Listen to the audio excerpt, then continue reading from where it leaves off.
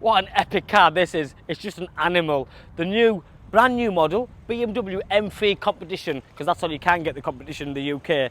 This is the second one within 48 hours. One came in yesterday, we sold it within hours, and I'm sure this will be the same again. 2021, 21 registration in the Brooklyn grey, which is a metallic grey, and that's why I brought it out in the sun. You can see the flick in it. With 2,700 miles on the car. Today with a live pricing, it's 84,990. I mean, these cars are absolutely tremendous. You're talking 510 brake horsepower, 0 to 60 in 3.9 seconds. Sounds absolutely immense, and they go like no one's business. Now, don't get me wrong, is that front end for everybody? Probably not, but you know what? They're still going to sell, and people that love them will really love them. Hate it or like it, it's up to yourself. For me, it's absolutely stunning. Every single thing about it, the exterior, the interior, the power, the sound, everything. This particular one's got a few extras. The obvious one is a laser headlight. You can just see there with the lovely blue accents within the headlights. You've then got the half-class daytime running lights, and now the LED indicators are also built in to the daytime running lights. A nice dark interior in the headlights itself, in the casing, so it looks good, and everything's sort of crystallized. It looks amazing. Now the car's full of vents. I mean, they have gone a bit OTT with the vents. There's air breathers there, there's vents there, there's vents there, and obviously the biggest thing is the kidney grills, and they are huge. In the flesh, I do have to admit, it looks good, it works. But with the new engine that they produced, it say that it needs all the sucking power so it can cool the engine down and everything else, and I can see why. And if it works, then fine, brilliant. You've then got that such an aggressive front end with a sort of what I call fake nostrils, but nevertheless they are nostrils designed there. It just looks epic, and I do mean it, epic. Everything about it. You've got the high gloss black sections in the vents, on the side skirts, front corners, rear corner. You've got the 19-inch wheels on the front and the 20-inch wheels on the back. I drove this car earlier, and you know what? I can see why they've done that as well. I've driven some other cars with 20s on the front and 20s on the back. You lose a little bit, but this one, absolutely not. It's perfection, really. It's amazing. This one's got comfort access, so as long as the keys are in your hand, as you walk up to it, it'll unlock, and as you walk away, you press that, it locks. It's beeping because the car's running currently. You've then got the carbon fibre. Oh, look at this in the sun, because you'll appreciate it. This is called carbon fibre reinforced plastic, so it's a carbon roof. But look at the detail on that. You've then got the double groove in there as well. Aerodynamically, that works. You've got the fin for the aerial. The rear lip spoiler, again, with a dip in the middle, aerodynamically, with the two bulges on each side. The M3 competition badge in black. That rear diffuser is so aggressive. It is mad, it's bonkers. I mean, and then you've got real tailpipes. There's quad pipes there, and we sell Mercs here and Audis and everything else, so I don't want to start saying bad things about other products, but sometimes you get them tailpipes where they're fake and they just look good, but they're actually real tailpipes, and that's nice to see sometimes. And again, the sound it produces is bonkers. This one also has the automatic tailgate, so as you can see, it lifts up by the key or press the button. You can press it again and it closes. 360 view camera system, so that's the front camera, side cameras, rear cameras. You've then got the normal LED indicators, LED rear lighting system, and everything's a bit more populated and sort of aggressive. But if you look at the side view on this car from front and rear, you'll notice like the F model M3s, they've got a very big, aggressive, wide stance on them. It's just, all it takes is this here. Have a look at this section. Sometimes, if you just look at the little bits here, so you can see how wide it is sticking out. But if you come round here, you'll see this little, and that's a giveaway sort of telltale sign that it is a lot fatter at the back. But what a good looking car. It's amazing. The front window, including the passenger windows, driver and passenger in the front one, are double glazed windows, acoustic windows they call them. Again, for soundproofing. I mean, does an M3 need soundproofing? Probably not. It's not a Range Rover. You probably want to hear the engine and the sound of the exhaust. But again, they've done it for sound quality. Interior-wise, you've got the carbon inlays. So the whole centre dash is carbon fibre. Centre console, even the steering wheel as well, has a carbon inlays built in with a 3-point multi-functional steering wheel. This one has obviously normal stuff, electric windows, electric mirrors, electric seats, lumbar support adjustments, all the stitching, and then you've got the M seats with the light up as well, the M3 badge. Harman Kardon sound system, and the car's got full ambient lighting pack as well. But remember, when you're buying a new model car like this one, you're buying it because of the new engine. They've stopped putting the DCT gearbox in these now, so they've gone back to the 8-speed gearbox. And when I drove it, I'm not a professional driver, not by any stretch of imagination. For me, I enjoyed it, and I didn't really feel the difference. I thought it did what it needed to do. I've looked and read about some of the people, what they say is that the DCT was a bit more aggressive, it's better, but sometimes you don't want it to be too aggressive. You want to be able to change your gears without breaking your back. And that's what this, I think it's absolutely, it's an amazing car.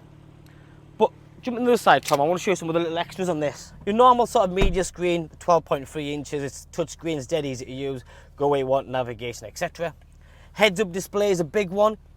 So you've got heads up display there, just there. Speed, navigation. You've got a live BMW cockpit there, which navigation gets displayed on there. You've got the gear shifter down here, which you can sort of change the revs, and you can leave it in a gear a bit longer, make it a bit more aggressive. Exhaust button down here, different modes. And remember, this is slightly different now, so reverse, neutral, drive and sport, just down there.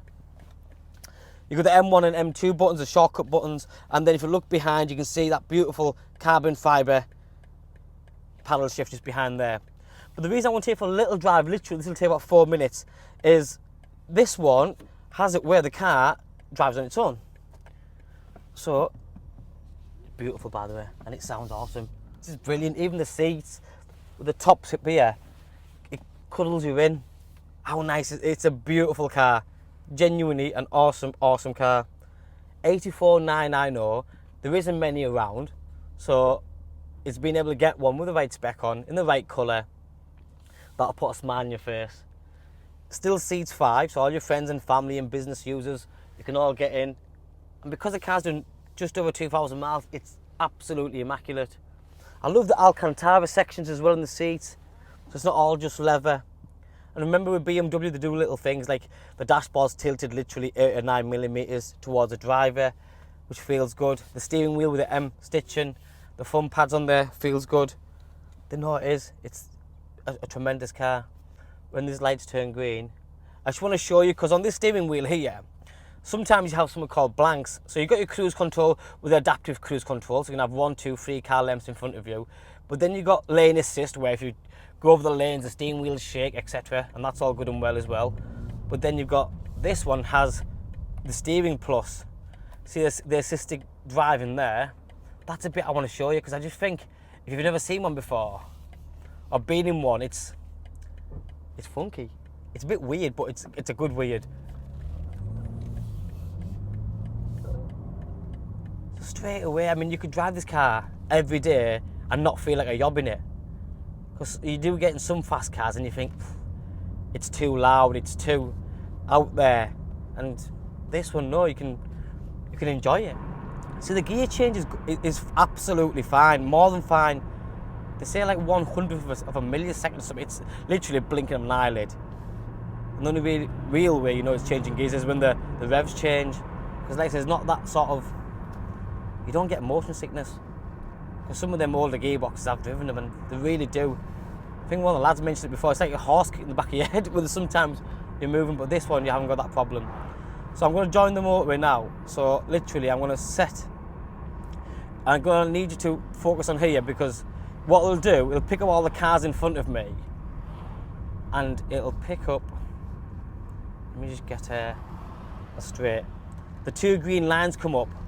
When the 2 green lines come up, that means it's picked the road up, it's ready to activate, and then you almost let go of the steering wheel. I'm not condoning this, I'm just saying it's just a gadget to have. And it'll go around corners, it'll drive every so often, so the car knows that you haven't fell asleep behind the wheel.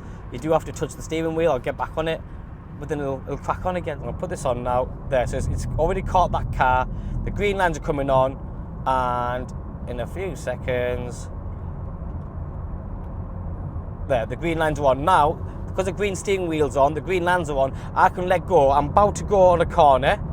You'll see the wheel turn by itself. Every so often I'll have to tap it so it knows I'm there. And I'm actually going around the corner now, if Tom can see. I'm actually going around a full corner and I won't touch it, and it'll straighten itself up. So as long as I tap the steering wheel off, if it knows I'm there, it'll work, no problem. If a car comes in front of me, it'll brake for me automatically. As the car moves on, this will speed up. That's part of the adaptive cruise control. So I'll put that cruise control on as well with a 3 car. So you've got 3 car length, 2 car length. You can pick how many car lengths you want. So I want 3 car lengths just to be safe. Right, so now you can see what it's doing if you can. It's found the car in front of me, the green patch and the lines are on. Now I'm going to let go of my steering completely. It'll just stay in this lane all the way, it'll stay behind that car. And it's asking me, it's now flashing yellow here, you can see. It'll flash red, if I don't do anything it'll flash red, but I want it to carry on, so I've tapped it, it knows I'm here still. The green lines are on, it'll stay on this road all the way to Darlington. If I just tap it, it knows I'm here. And like, now there's a bend here, there's a lorry right next to me, but see that's moving. This will take 2-3 minutes for you to see what's going on, but I'm going around a bend as a matter of fact, this is not a straight road.